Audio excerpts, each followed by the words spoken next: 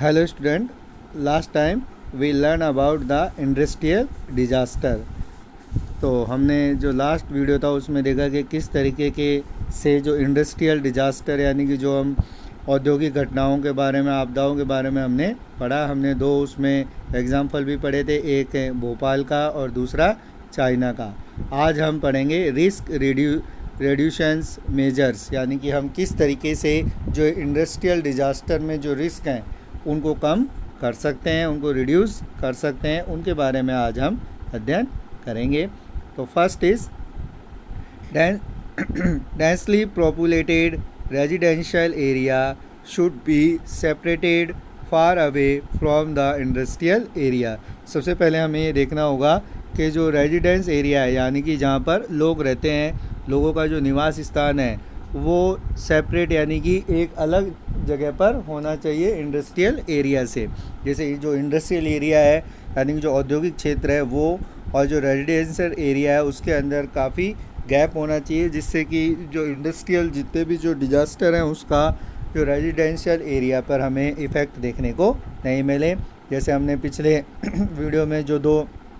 Example देखे थे भोपाल और चाइना में, वो दोनों ही जो फैक्ट्रीज़ हैं वो मोस्टली रेजिडेंशियल एरियाज़ के यानी कि जो निवास जो लोग जहाँ पे रहते थे उसके पास में थी, जिसके कारण हमें जो वो घटना देखने को मिली और उसमें ज़्यादा कैजुअलिटी यानी कि ज़्यादा नुकसान हमें देखने को मिला था। मोस्टली हम जैसे आजकल न्यूज़पेपर में भी पढ़ते हैं कि आज इस फैक्ट्री में आग लगी, इस फैक्ट्री में विस्फोट हुआ, और वहाँ पर हम देखते हैं कि जो ज़्यादातर जो फैक्ट्रीज़ होती हैं वो रेजिडेंशियल एरियाज़ में होती हैं। तो सबसे पहले जितना भी जो रिस्क है यानी कि जो रिस्क को अगर हमें रिड्यूस करना है, जितने भी रिस्क कम करने हैं इंडस्ट्रियल डिजास्टर के, तो हमें पहला काम करना होगा कि जितने भी जो इंडस्ट्रियल एरिया है उनको रेजिडेंशियल एरिया से काफ़ी दूर रखा जाए, जिससे कि जो कैजुअलिटीज़ है, जितना भी जो नुकसान है उसको कम किया जा सके। Second is people staying in the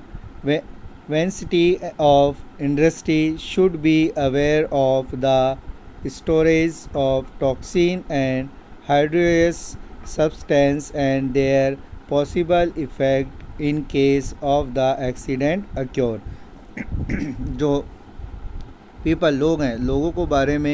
लोगों को इस बारे में जानकारी होनी चाहिए कि कौन सी इंडस्ट्री यानी कि कौन से उद्योग में किस तरीके के काम होते हैं, और जो गवर्नमेंट है उसको भी ये रखना चाहिए कि जो स्टोरेज है, जो भंडारण क्षमता है टॉक्सिन एंड हाइड्रियस यानी कि जो हानिकारक जितने भी पदार्थ हैं उनकी जो स्टोरेज है उसको एक फिक्स करना चाहिए कि इतनी मात्रा में स्टोरेज रखा जा सकता है, और जिससे कि हम जो एक्सीडेंट है उसको कम कर सकें, उसके जो केस हैं उनको कम किया जा सके। तो जो जितने भी हमारे हानिकारक पदार्थ हैं उनके स्टोरेज को भी हमें जो एक फ़िक्स करना चाहिए, ताकि जो जितना भी जो एक्सीडेंट होती है, जो इंडस्ट्रियल एक्सीडेंट है, उसके रिस्क को कम से कम किया जा सके। Fire warning and fighting system should be improve, यानी कि जो फायर वार्निंग है यानी कि जो आग लगने की जो चेतावनी है, और फाइटिंग यानी कि जो आग को बुझाने के जो सिस्टम है, जितनी भी व्यवस्था है उसे हमें इम्प्रूव करना चाहिए। यानी कि अगर कहीं पर ऐसी दुर्घटना हो जाती है कि किसी फैक्ट्री में आग लग गई तो उसे जल्दी से जल्दी उसको कवर किया जा सके। तो जो हमारा फायर फाइटिंग सिस्टम है उसको हमें इम्प्रूव करना चाहिए, ताकि जल्दी से हम उस आग पर काबू पा सकें, जिससे जो नुकसान है उसे कम किया जा सके। स्टोरेज कैपेसिटी ऑफ टॉक्सिन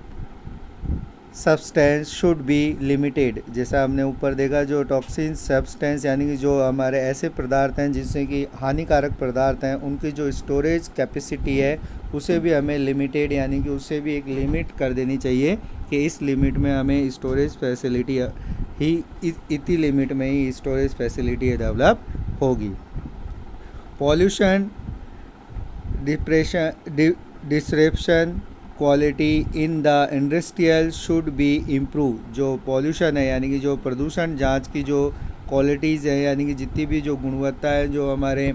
जो पर्यावरण को जो इंडस्ट्री से जितना भी जो नुकसान हो रहा है उसे रोकने के लिए हमें पॉल्यूशन का जो सिस्टम है उसे भी इम्प्रूव करना चाहिए। तो कुछ ऐसी छोटी छोटी बातें हैं जिनको हम इम्प्रूव करके और जो इंडस्ट्रियल डिज़ास्टर है उसके जो रिस्क है उसको कम कर सकते हैं। पहली चीज़ हमने देखी, जो इंडस्ट्रियल एरिया है उसे रेजिडेंशियल एरिया से दूर रखा जाए, यानी कि जो रेजिडेंशियल एरिया है और इंडस्ट्रियल एरिया में काफ़ी गैप होना चाहिए। दूसरा, जो पीपल हैं, जो लोग हैं, लोगों में अवेयरनेस होनी चाहिए कि जो